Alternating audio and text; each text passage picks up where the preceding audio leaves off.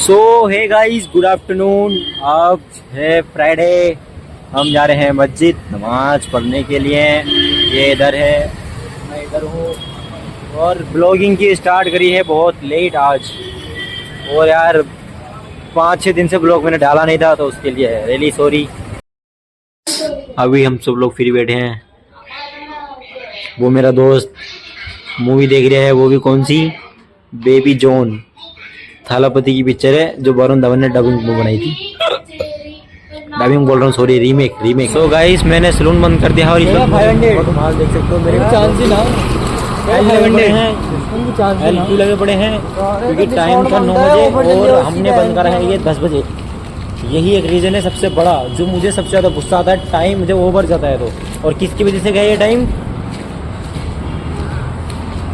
Fucking bastard.